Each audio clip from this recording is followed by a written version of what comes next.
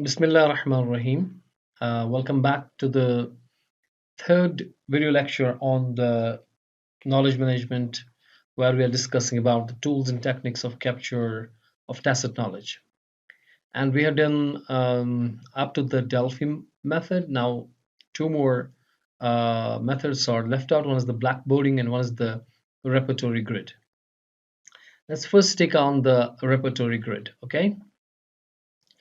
Now, this is another tool, the knowledge capture, where the domain expert is viewed as a scientist who actually classifies and categorizes the problem domain using his or her own model. What does that mean is we have, say, for example, one expert, and he solves a particular problem, or he tells about a particular thing. Now, as a knowledge developer, we don't just want to see that what he says, but rather we want to say how he arrived to that conclusion. Because internally, that expert is using uh, some kind of knowledge inside, some kind of constructs. Basically, we can say that on the basis of that, he is giving us some solution, or he's producing some result, but that result is based upon some constructs which is internal to the brain of that expert, and we want to get hold of those constructs on the basis of which an expert gave that decision or gave that solution, right? So repertory grid will help us in that. For example, if we have a novice loan customer, if the font is not good, it's a novice loan customer. We've got an expert loan customer. Now, the bank tried to change more interest than they promised. Now, novice says, now I'm in a bind. But if it's an expert loan customer, he will try to understand the process why this happened. Okay, so the issue is whether their last interest quote was an estimate or a binding rate for the loan.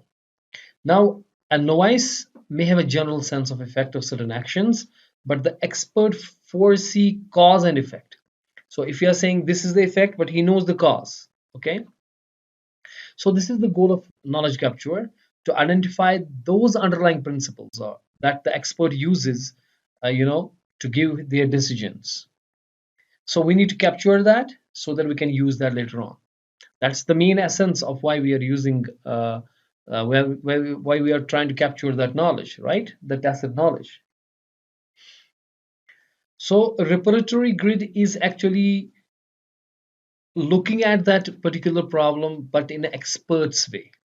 Okay, how expert sees it, how expert perceives that problem, because expert has internally those constructs on the base of that. For example, if someone tell me as a teacher, who will be the monitor of your class, okay, now I may choose the student A or student B or student C, but should I choose it randomly? No, as a teacher I will not be teaching it randomly, but rather than I will have some constructs going on in the back of my brain. What could be that constructs? The construct could be like, that student is regular. I may see that the student B, it's not that regular. Student A is more regular, and maybe student B is more dedicated towards the class. Student A is not. And depending on these kind of scenarios and these kind of constructs, I may give my decision. So the repertory grid is actually trying to see those constructs, see the way the way experts sees the problem. We want to plot that, and how we do that? We create a scale using the bipolar constructs. Bipolar is where there are two poles, like for example, I say attendance, which is regular versus non-regular. So on one side is a non-regular, and one side there is a regular. So I may then put that scale, divide that scale into some parts. Say for example, 1, 2, 3, 4, 5. If it's a 5, so it means he's in 100% regular. If it is 3, so it's not that regular. If it is 1, so it's irregular, and so on. So we get that bipolar constructs on a scale. Okay, so that grid actually is a scale, and why we place those elements. Now the knowledge developer elicits the constructs and then asks the domain expert to provide the set of examples called elements. These elements is rated according to the construct that have been provided. So what does that mean? Like you ask me as a knowledge developer about choosing the monitor, and I will say I will give you those elements, like I say regularity, I say studying, assignment fulfillment. These will be the elements. Okay, then we see these where these elements fit on the scale, like this. So we got a, for example, novice, and on the other side is expert, unsatisfactory, satisfactory. Then we had divided this into 1, 2, 3, 4, 5. So 5 means more, maybe fully satisfactory, and 1 means unsatisfactory. And if it's given 3, that means it's kind of in between. Okay. Now we should have a uniform scale all over the grid, and if it doesn't mean like if we have a 5 and some person is at 5 and some person has the 1, it never means that this person which is at the 5 is 5 times more satisfactory than the 1. It doesn't mean that. It only means that he's more satisfactory than the previous guys. Okay, so read this text to understand the point. So this the benefit of repertory grid is that it may prompt the expert to think more seriously. But if it's a complex problem, then the whole idea will get defeated because we will lack the clarity, simplicity, and manageability, right? That's how we use maximum times this grid in the early stages of knowledge capture, not on the later stages. Let us see one example, one interview, okay, in which the human resource director compares bank tellers in order to decide on potential promotion or transfer.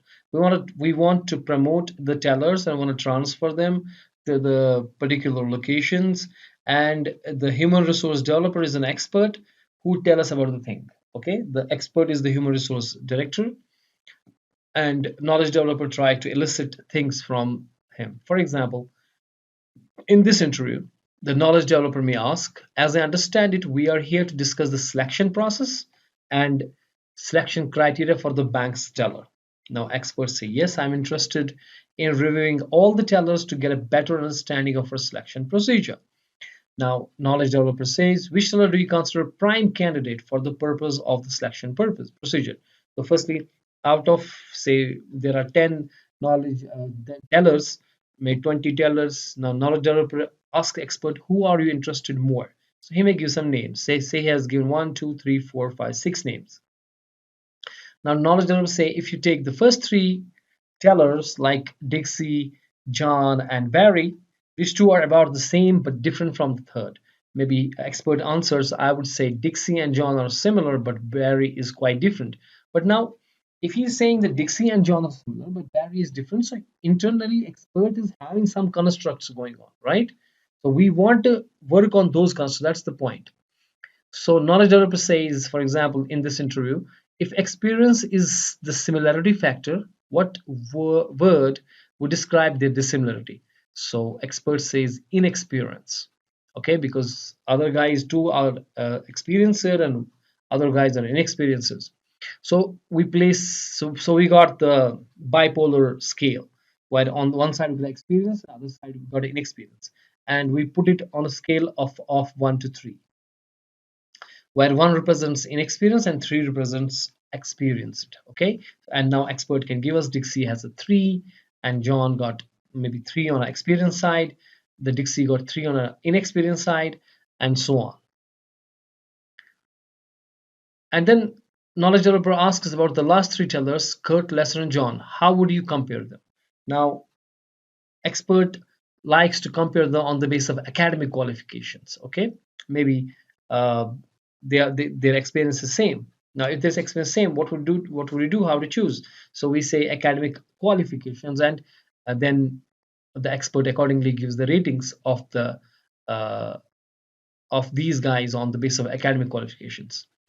Knowledge developer then talks about the John, Dixie, and Barry, and expert rate them based on the appearance. How will they look in the eyes of the customer? This is also the important construct. Okay, customer feedback. How was the customer feedback, and so on. So and the expert then gives them the ratings. Okay. Similarly, about the next group, John, Kurt, and Lesser. Uh, the, now expert thinks about the attendance, who is late and who is not late, and give them according to the ratings. Similarly, the next, do you have other rating you want to include? Uh, just one dealing with the John, Barry, and Lester. John and Barry are extroverts. Now, there's one more construct or rating to be done because of extrovert versus introvert, and then they give the ratings on the basis of extrovert and introvert, and then we got the repertory grid in the end, where we have the constructs, what we have seen from the expert, like inexperience on one side and experience on the other side. Academically ill, academically qualified. We got ill qualified and qualified. We got poor appearance and good appearance. This is poor appearance as per the customers and all. Late, punctual, introvert, extrovert. So these are the constructs, and we have the colors T1 to T6, and we give the ratings. Now, these ratings actually tell us exactly how, if I ask without this repertory grid to the expert, that who will you try to promote, or who will, like I said, who will be the monitor, and who is the better, or in this sense, who is the better teller, okay, in terms of these constructs, right?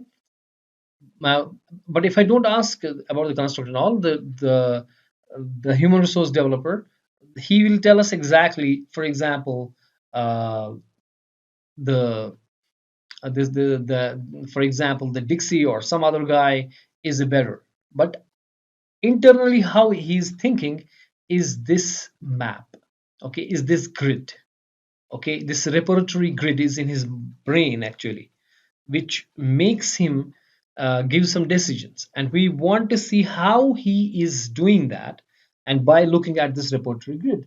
So this repertory grid is nothing but the memory map of that expert, and we have actually elicited the tacit knowledge in his brain in this grid, and this grid can now be used by anyone to tell us who about these tellers, right?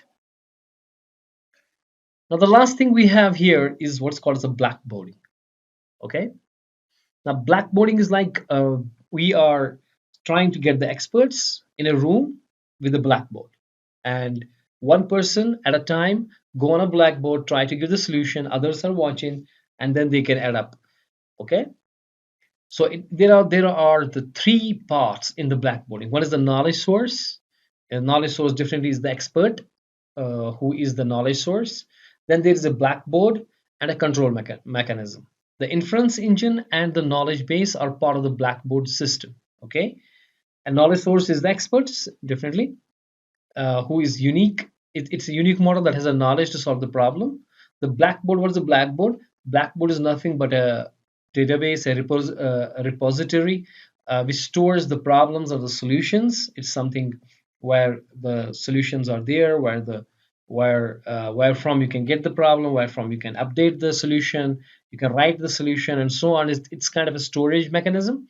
And then there is a control unit which will control the whole scenario.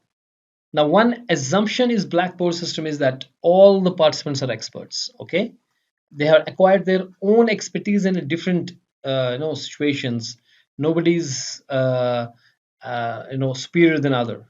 Everybody is they are peers. Okay, one person cannot say I'm a better than other because he has his own expertise, which has done in some other ways of doing. He has done it in another way. Other guy has done it in a different environment or different atmosphere. So nobody is superior to each other, so they can work on without getting to feel that he's better than me or he's not better than me. So there's no inferior or superior kind of feeling in the blackboarding.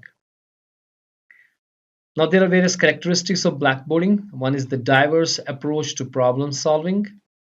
Now, every knowledge source expert thinks about it in his own ways, and what's called the black box, because other knowledge source doesn't see inside his brain what how he is thinking. They only see the solution part, and they work together to see whether whether they agree or disagree with that solution part. So there's a diverse approach to this problem solving. Okay. Now we need a common language for interaction. Okay, you cannot use the jargons and all. We have to know private jargons. We don't use that. We use a common language, which could be diagrams or charts that help us uh, so that everybody can be synchronously working on a solution, rather than, because if I use, for example, one expert use the private jargon or abbreviation or phrases which may not be understood by other guys and which will discourage the overall solution. We have the flexible representation of information. Okay, we have efficient storage and location of information. These are very simple things. You can just read out and these things and get information. What is it all about? Then we can have organized participation, obviously, because they are all working together. There's a control mechanism where only one expert is talking at a one time and updating its response so that others get a chance to look at it and look at their solutions, what they are trying to contribute and improve it. The most important thing is the iterative approach to problem solving. Okay, this the solution to the problem dominant this is done by step by step, like building blocks from bottom up, from basic to advanced. You know, uh, no single knowledge source, an expert what I'm talking about, has a full answer to the problem. What they do is they add something and then they refine. They go come back to it. Some other guy then see the solution and add something to it.